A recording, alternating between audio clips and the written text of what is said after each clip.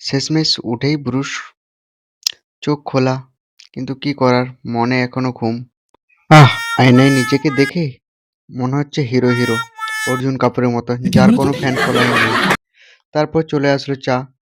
চা খেয়েই তো সুপার পাওয়ার অন, গলি দিয়ে বের হলাম আর চলে গেলাম বাড়ির কাছে বিমানবন্দরে।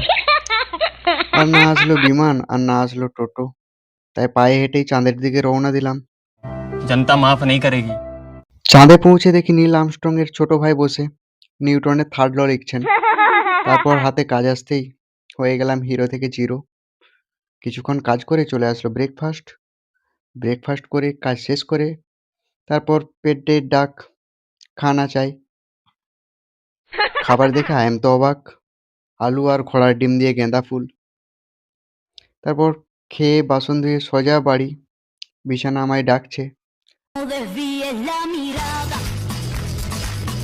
quédate cerca